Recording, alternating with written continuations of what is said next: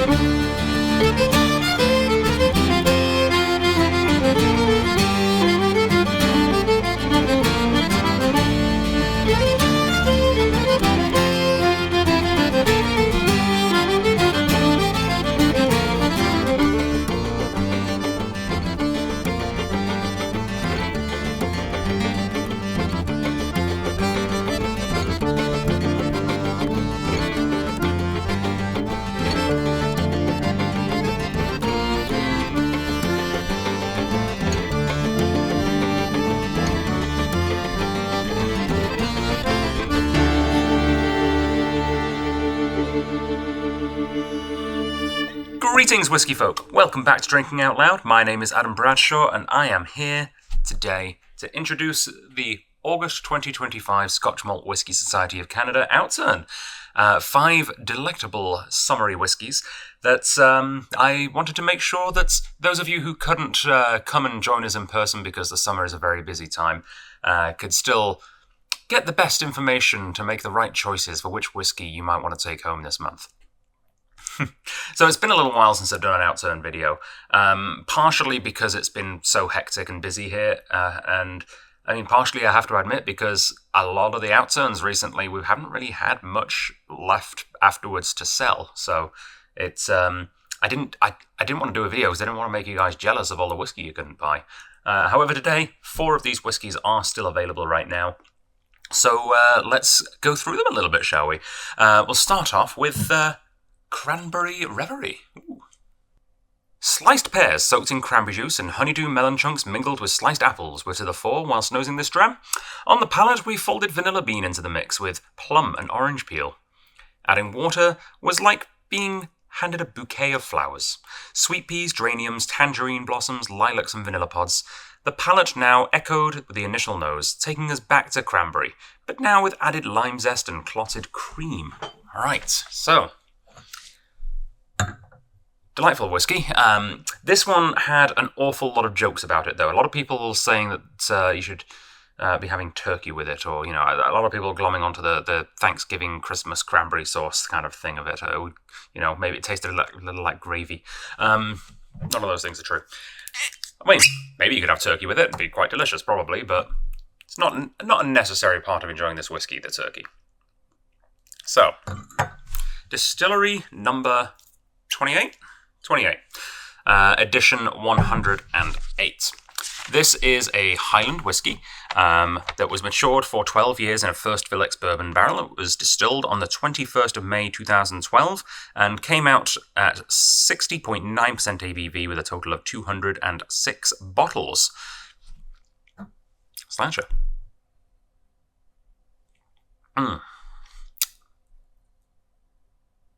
Yeah, it's a really fun summery opening whiskey. It's a neat one because it does have that sort of tart berry aspect, but it is also floral. It's kind of dipping its toe into 2 different worlds there. A lot of people suggested that this maybe should have been in the sweet and spicy rather than the sweet, fruity and mellow, but I think it fits kind of nicely in either flavor category, to be honest. I wasn't getting much of the sort of lilac-y side of things. I was definitely getting the vanilla pods before.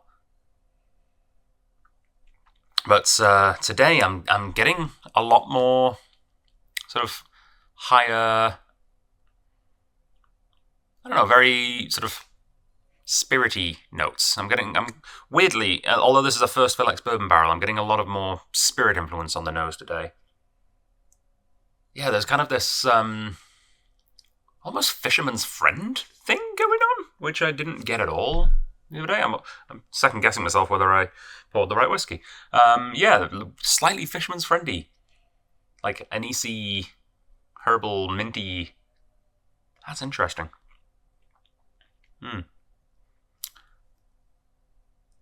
Lovely. All right, well, let's see what the palate's like.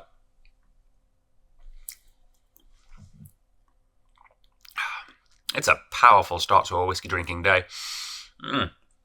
Maybe I should have had a warm-up before doing this. That is potent. But yeah, definitely pleasant. Much more on that tart cranberry sort of side of things on the palate initially. Definitely.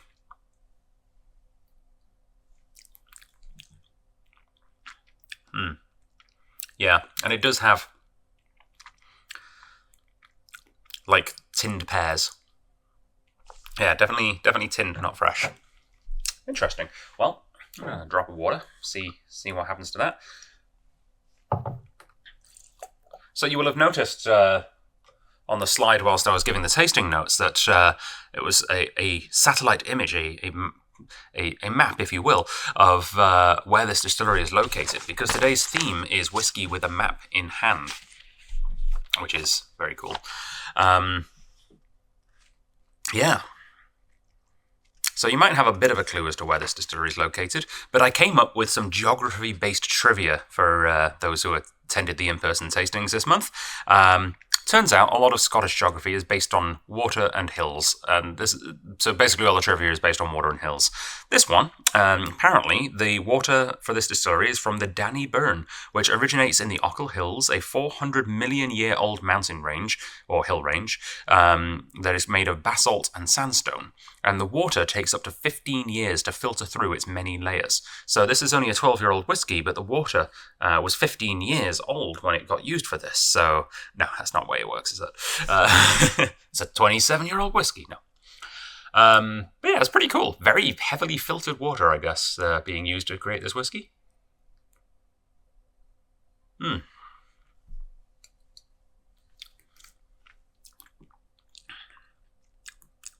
Adding a touch of water for me has definitely brought out the lighter fruit.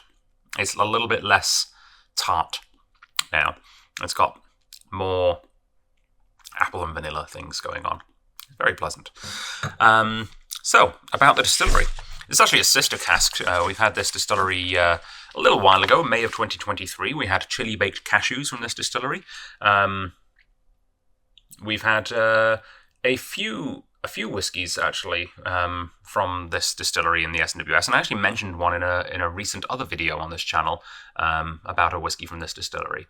That one of the lasting memories was a whiskey from this distillery that was heavily sherried and was referencing the dark side. And someone actually saw that video and told me what the name of that SMWS whiskey, and I've already forgotten it again. So, dark side of the something dark side.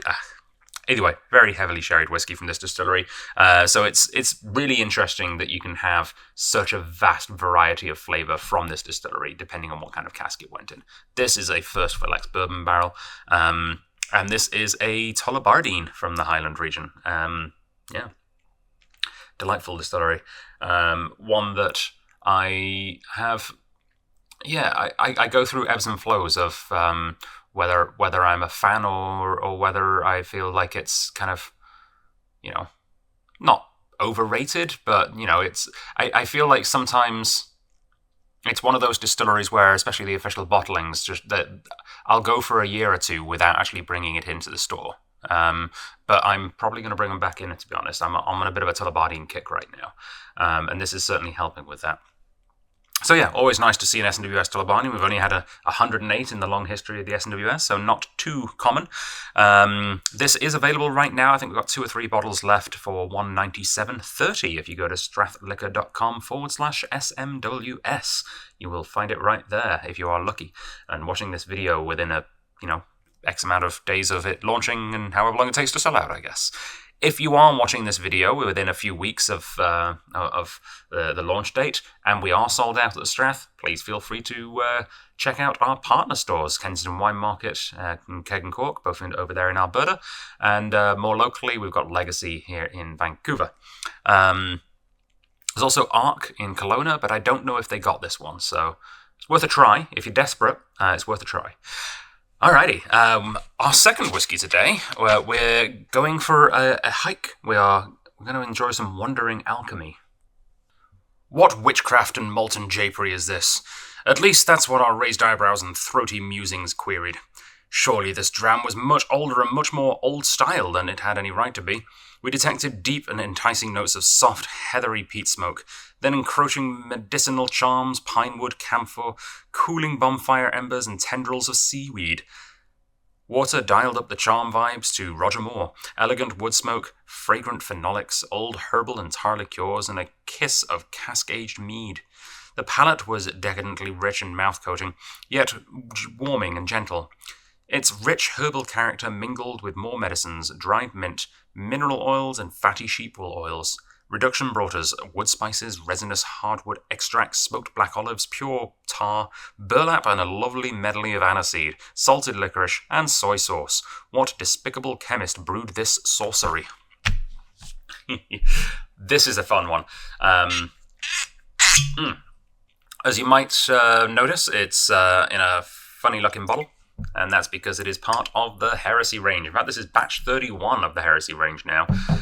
However, it's not the only range that it's part of. It also has a little backup badge on the back. It's part of the Whiskey Wanderers Festivals 2025. And that is something special that the SMWS is doing this year. Normally, when they celebrate the festivals, they do, a special, say, Spirit of Speyside Festival bottling, and there's some artwork on it, and it's a particularly good release that they, do 2 or 3 casks together. This time, they're doing something a little bit more different and unique. Whiskey Wanderers is celebrating whiskies from around Scotland that are not necessarily what you might expect. And I think that's a real fun thing. So there's a little blurb in here about what they've done here. We set ourselves the challenge of creating a small batch blended malt using ingredients from all 5 regions of Scotland. The resulting whiskey has bags of character, wisps of smoke, and an abundance of honey, reminiscent of old school blends of the past, we thought. All 5, yep. The SMWS is very much in agreement with the SWA that the islands are still not yet technically their own region. I'm still proudly supporting island independence. They are their own region, damn it. They're not just part of the Highlands. So, 5 classic regions: Lowlands, Highlands, Speyside, Campbellton, and Islay, all represented in this bottling, which is really cool. And it's something I've seen other companies do before to great effect. I mean, it's kind of Johnny Walker Green Label in essence. But also Douglas Lang, they've done their Big Pete's and the one with the dog. Apparently, I've forgotten all of the other ones apart from Big Pete. Epicurean's the Lowland one. Rock Island, or Rock Oyster as it used to be, was the Islands one, because they do recognise the islands as separate. The one with the dog, what on earth was that called? And the Timorous Beasties, the Highland one. Yeah, I can't remember the Speyside. Anyway, they've done a couple of editions now where it's like, I think the first one they did was the regional malts with a twist, where it's all of them, and the bottle was cool because you could put the different heads on the different bodies. Yes, so it's not a new concept, and in fact, they themselves say it's reminiscent of old school blends of the past. Blends, and even now today, there are many blends that have whiskies from dozens and dozens of distilleries. I had one at the festival that was over 100 distilleries in one bottling. It's not a new thing. It's very traditional, in fact. What's new is the SMWS having a crack at it, and I'm very impressed with this one. The panel decided that this one was best at cask strength. Most of the Heresy range has been brought down to 50.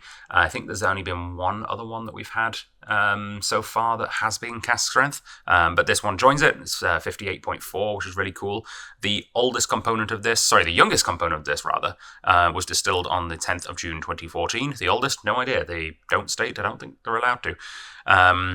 1,531 bottles. So decent quantity, and therefore available all around the world, luckily including here in Canada.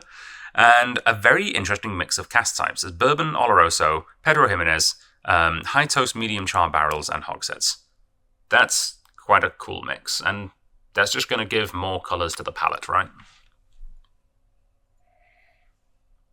So it's funny. I wonder if any of the Highland whiskies are actually incidentally island whiskies, because it does weirdly remind me of Lechaid on the nose.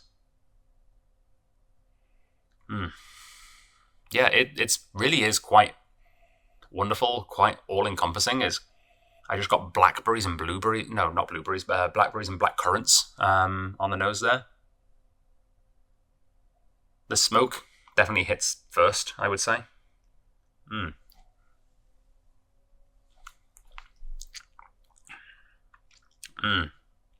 Yeah, nougat. Honeyed nougat with a pistachio cream. Oh yeah, it's like the best Snickers bar you've ever had. They've subbed out the peanuts for pistachio, and the chocolate is somewhat better than it normally is. That's very pleasant. A smoked Snickers. Yeah, there's a nice sort of damp ash. There's some really nice sort of spices. Not really much in the way of like tropical summery fruits. I'm finding I'm getting more on the more vegetal side of the fruity aspect. So like darker, deeper berries rather than like, I'm not getting gooseberries and pineapples. I'm getting black currants and, that kind of thing. But yeah, there's a definite sort of salty sort of aspect to it as well. And they mention like olives and soy sauce and salted licorice. It's definitely in that kind of deeper, darker realm. It's almost like if you've ever had espresso with salt in it. It's got that salty coffee thing. All right, let's add some water. So obviously, the map that I put up was just all of Scotland, because it's from all over Scotland. And even if it wasn't from all over Scotland, we wouldn't know where it's from to be able to provide a satellite image of the distillery anyway. So seeing as I didn't have any trivia for a distillery, I decided just to do some trivia about where it's blended. Edinburgh. If you draw a horizontal line from Edinburgh around the globe, it passes through Moscow and Hudson's Bay. And I assume that's the actual Hudson's Bay, the bay, not like the shop Hudson's Bay, which doesn't really exist anymore anyway. Another fun thing about Edinburgh is if you've ever been there in the middle of summer, you'll probably know this. It's in the height of summer, it doesn't ever really fully get dark. The sun sets ish at 10 p.m. and rises at 4:25, but it doesn't dip far enough below the horizon to not have some twilight. So it's like a permanent twilight in the middle of summer, which is kind of nice. It's just a long sunset into a sunrise. It's lovely. All right, water done much to this? I remember before water was very made it a little softer, not softer, like it's still flavorful, but I guess more I don't know, friendly. Nice. Yeah, it's getting a little bit more heathery. I'm getting some sort of Hessian sack kind of vibes out of it now. Very nice. Yeah, it's getting almost Highland Parky. Again, it's reminding me a lot of island whiskies, which is funny because it's the only thing that's not definitely in here. There might be some island whiskies in here. I mean, there's definitely Islay whiskey. Yeah, solid whiskey. Really interesting inclusion into the heresy range, and it is still available, which I was quite surprised by. There are a few bottles left on the shelf right now. It is 202.52 right now. 202.52. And we wander along the pathway because the next whiskey is also part of the Whiskey Wanderers, and that is invigorating and refreshing. There was plenty going on here with aromas of blackberry, citrus, cranberry jam, cloves, tobacco, and high cocoa content chocolate, next to wood glue and staves dipped in maple syrup. On the palate, we took a large bite of cherry cola cupcake and washed it down with old-fashioned cocktail garnished with orange zest and 2 cocktail cherries. Specifically 2. After reduction, we stewed rhubarb in red wine, found oak shavings in our wild cherry fruit tea, and had a slice of blackcurrant lime and coconut cheesecake. This was mouth-coating like a mango lassi with yogurt, cardamom, lime and honey, very invigorating and so refreshing.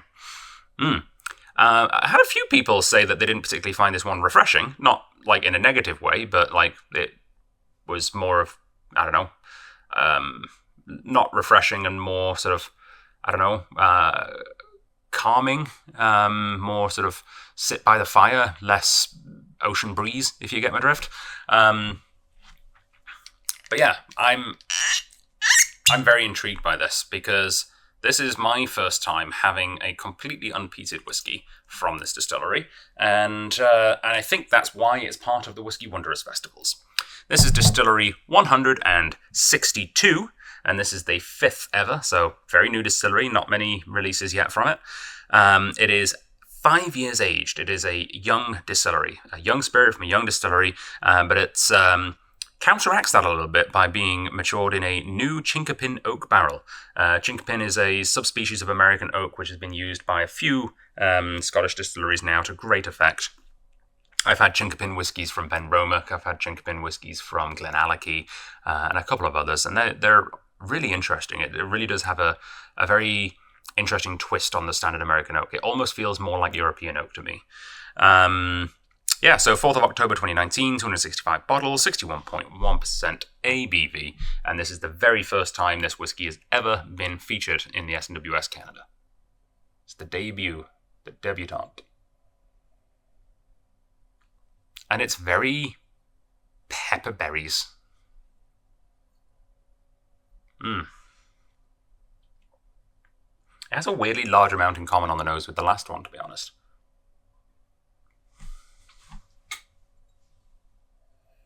Yeah, salt and pepper blackberries.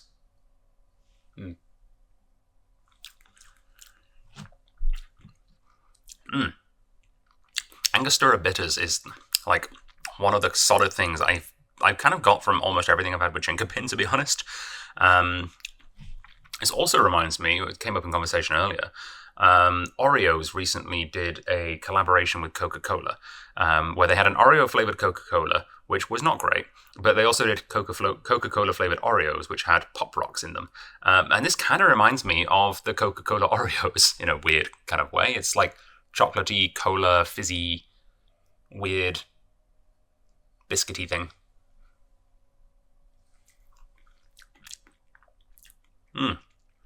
Yeah, wood glue is a good call. It definitely has that sort of slightly industrial nature to it.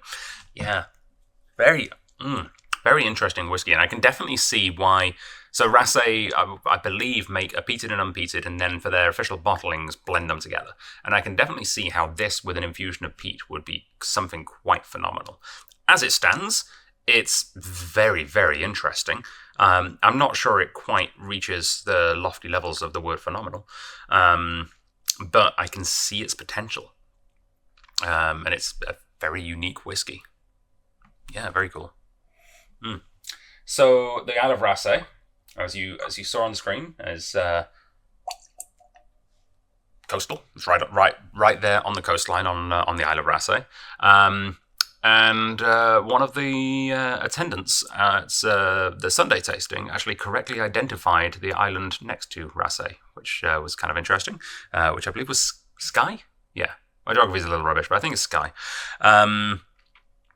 Yeah, The water drawn from this one is from a historic Iron Age well that is known as, please forgive my Gaelic, Tovar Navavaini, or something along those lines. However you're supposed to say it, it translates to Well of the Pale Cow. Cheers to the Well of the Pale Cow, from whence this whiskey sprung. Ooh, water helps. Oh, that's lovely with water. 61.1 is not like mega high, but water definitely tamed it. It's very almost rye-like now, actually. Yeah, I mean, if you were to tell me this was we had a Stork Club malted rye from Germany recently in one of these videos, and it's got a lot of similarity to that. Yeah, if you were to tell me this was a malted rye, I'd maybe believe you.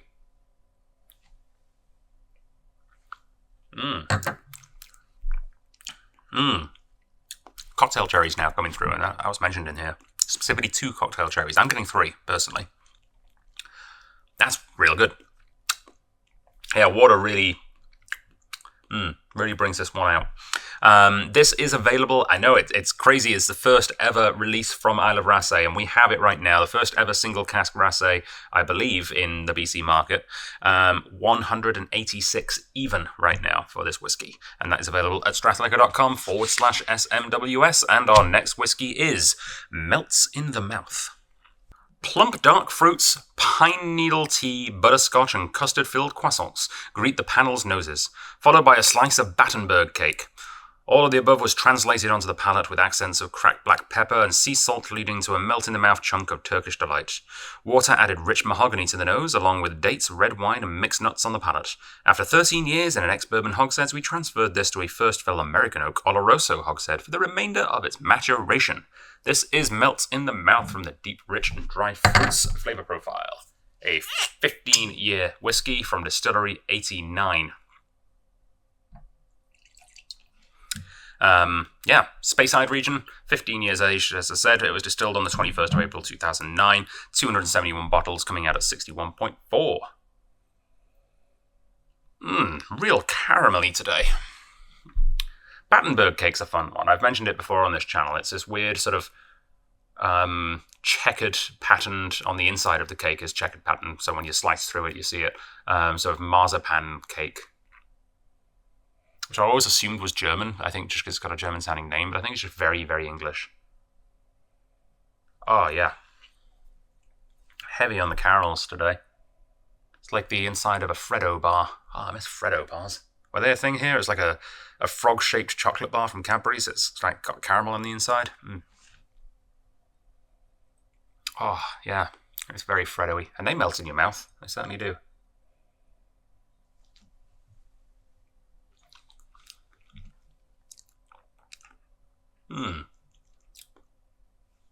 Yeah. The Oloroso hogshead is definitely doing a lot of the driving on the flavor of the first sip there. Again, really chocolate and caramelly, though. I wish I could get the Turkish Delight, because I love Turkish Delight, but I'm not really getting any of that rosewater thing. Nor am I getting the pine needle tea. I can see where the croissants are coming from. And I can see the Battenberg, actually. Yeah, I can see a little almondy flavour there.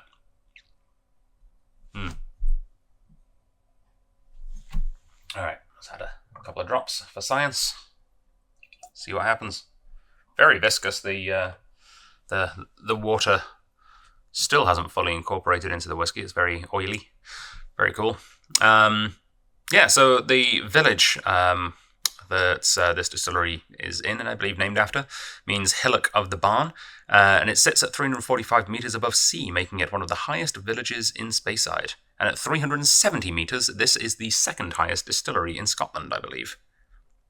My notes are incomplete there. It might be the second highest distillery in Scotland, it might be the second highest distillery in Speyside. Probably Speyside, come to think of it. 370 is not that high above sea level.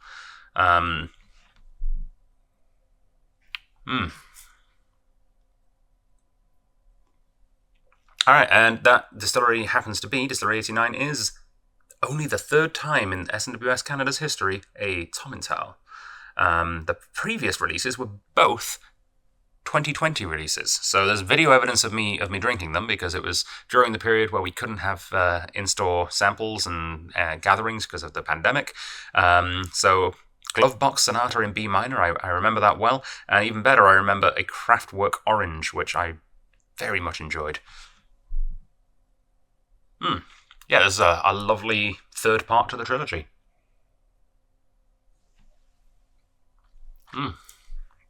Return of the Jedi. Very nice. Very nice indeed. And this 15-year-old Tomental can be yours right now. We have some available for $243.39 at strathliquor.com/SMWS. $243.39. All right, so I mentioned that 4 of the 5 whiskies are available, and all of the 4 that we've had so far have been available. So the last whiskey, I'm very sorry to say, has already sold out, but I figured I'd share my thoughts with you anyway, mostly as an excuse for me to have another dram. Next up, we have Campfire Conversations. Our relaxed late afternoon on the beach around a fire with friends turned into early evening as we started packing up and dousing the smouldering peat slabs with seawater. On the palate was a reminder of the warming, life-affirming campfire conversations we all had enjoyed in those last few magical hours sitting together to share food, drink, and stories. On adding a tiny drop of water, we left the beach, passing tidal pools to head over the sand dunes and across the Mahir to the cottage, where we stayed to savoury peat-smoked salmon, burnt ends cured overnight in brown sugar, salt, and honey. Well, that sounds delightful. This is a very special release. It's Distillery 10, which many of you are familiar with, but as you might notice, it's a peated Distillery 10 that is 18 years old. I don't think I've had whiskey this old from this distillery that's peated. They didn't start putting out peated single malts until 2008, so it's probably one of the oldest that I would imagine most people have had, which is very cool. What's even cooler is it's a sister cask to Flamingo's Smoking Pipe Tobacco from April of 2020, a whiskey that I loved so much that it was actually a prop in the background of my first real studio that I set up here at the Strath in the hotel room during COVID. Well, that was 6 years younger than this. That was only a 12-year-old, and it was a red wine cask. It had this really weird, funky pink colour to it. But it's really interesting to see how just that initial ex-bourbon cask has then matured further into an 18-year-old. And it's just an outstanding whiskey. And as I'm sure you can imagine, is why it sold out so quickly. Water from a spring-fed underground river, which is rich in dolomites and limestone, called the Margadale, is where the distillery sources its water from. It's the only underground river in all of Islay, apparently. So this is an Islay whiskey. Like I said, it's 18 years old. It was distilled on the 1st of December 2006, an outturn of 218 bottles coming out at 59.1, which is quite high for an 18-year-old whiskey, isn't it? Didn't really piece that together before the tasting. That is a hefty 18-year-old.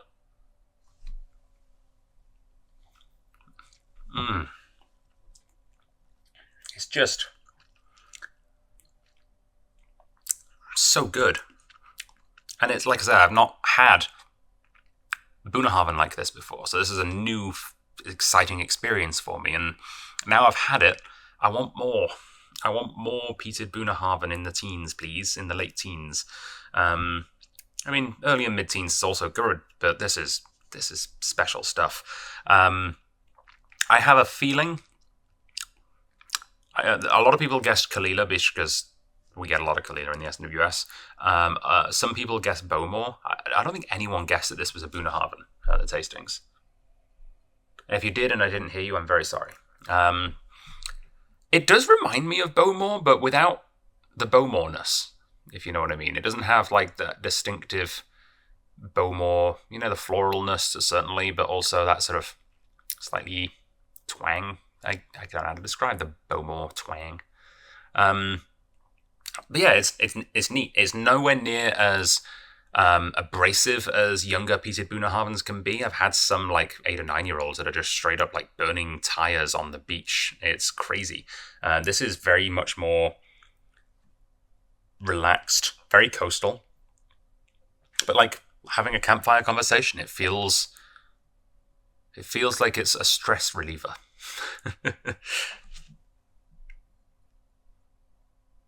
Yeah.